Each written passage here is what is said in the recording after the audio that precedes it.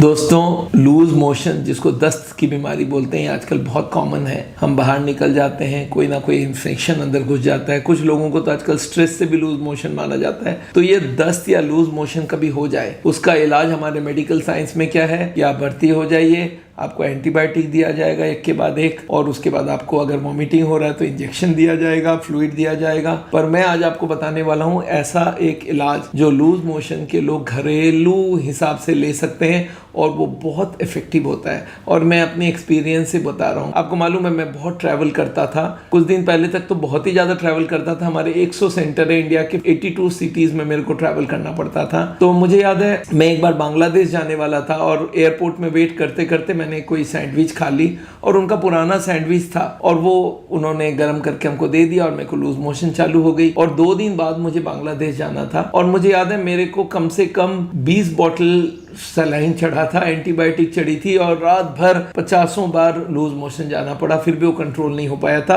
Ultimately 1.5 दिन बाद वो कंट्रोल हो पाया था and that was a nightmare for me. अब देखिए सेम चीज मेरे को होता है काठमांडू में। मैं काठमांडू पहुंचा और नेक्स्ट डे मेरी कैंप थी और मैं पहुंचा और मेरे को सेम लूज मोशन चालू हो गई। खाना इधर उधर खा लिया होगा रास्ते में। वहां पे हमारे 2 डॉक्टर मिल गए हमको, नेचुरोपैथी वाले, और उन दोनों ने मेरे को बोला सर आप मेरे पे छोड़ दीजिए, मैं आपको इलाज करूंगा। मैंने बोला चलो नेचुरोपैथी में, हम तो भाई एलोपैथी के डॉक्टर हैं, चलो नेचुरोपैथी ट्राई करते हैं।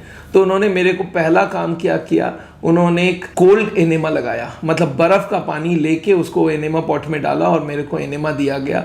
और ये कोल्ड एनेमा क्या करता है मालूम है, इमीडिएटली मोशंस को बंद कर देता। आधा घंटे बाद मेरा मोशन बंद हो गया क्योंकि कोल्ड एनेमा जाके इंटेस्टीन जो थी, जो लार्ज इंटेस्टीन, उसके सारे जहाँ से ये लूज मोशन निकलता उस सारे को वैसो कंस्ट्रिक्शन कर दिया, लूज मोशन बनना बंद। अब उन्होंने ऊपर से हमको खाना क्या खिलाया मालूम है, बॉइल्ड एप्पल।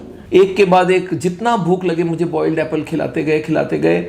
और कर्ड राइस आप समझते हैं, दही और चावल, इसको डाल के देते गए। और गुआवा भी दिया जा सकता है, अमरूद भी दिया जा सकता है कच्चे वाला। तो ये हम खाते गए और 2, 4, 5 घंटे बाद मेरा मोशन खत्म।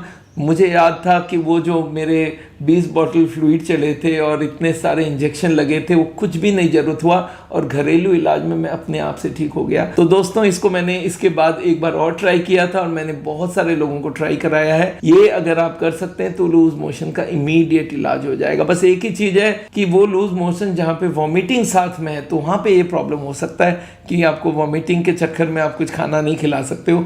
बट अगर आप कोल्ड एनेमा लेते हो, देखिए एनेमा पॉट आजकल लगता है कितना, प्लास्टिक के मिलते हैं 200 रुपए में, किसी भी आप केमिस्ट में जाएंगे एनेमा पॉट मिल जाएगा आपको। एनेमा पॉट लाइए, बर्फ का एकदम फ्रिज से पानी निकालिए या बर्फ डाल दीजिए उसके अंदर और उसको एनेमा डालना पड़ेगा आपको। और एनेमा डालने के बाद आपको बस 200 ml तक चले जाए वो बहुत है हमारे लिए। और उसके बाद आपको सोचने का जरूरत ही नहीं है, वो इमीडिएटली काम करेगा। और उसके बाद आपको बॉइल्ड एप्पल लीजिए और कर्ड राइस जितना हो सके, उसमें नमक जरूर डालिए क्योंकि आपकी ब्लड प्रेशर फॉल होने के चांसेस हैं। अगर आप हार्ट के मरीज हों तो फिर उसकी दवाइयाँ चलेगी, खाली ब्लड प्रेशर की दवाई को आपको रोकना अगर ब्लड प्रेशर कम हो गया है तो। दोस्तों एनीवे, मैं जानता हूँ ये जो लूज मोशन हर को कभी ना कभी काम पड़ेगा और ये काम आप कहीं ना कहीं पे आप किसी डॉक्टर के वहाँ पड़ेंगे, हॉस्पिटल में एडमिट होंगे वगैरह वगैरह, इसकी कोई ज़रूरत नहीं पड़ेगी अगर आप ये घरेलू इलाज कर सकते हैं। तो दोस्तों ये वाली बात आप सारे लोगों को बताइए और मेरी पर्सनल एक्सपीरियंस की बात आपको हमने बताई है। चलिए, हार्ट के बारे में हम लोग के जितने भी लेक्चर हैं उनको आप जरूर सुनते रहते होंगे, आगे भी सुनिए। हार्ट की बीमारी का हम लोग इलाज करते हैं बिना बाईपास सर्जरी, बिना एंजियोप्लास्टी के। और आपको भी ये एडवाइस है, कभी भी कोई मरीज आपको मिले जिनको ऑपरेशन के लिए बोला गया, जिनको बाईपास बोला गया, उनको आप हमारी वीडियो सुनाइए। And I know they do not need to go for surgery. India में मैं समझता हूँ 95 to 98% जो बाईपास सर्जरी एंजियोप्लास्टी उनको अवॉइड किया जा सकता है। तो आप हमारे साथ जुड़े रहिए, टाइम टू टाइम आपको कुछ ना कुछ सुनाते ही रहेंगे। Thank you.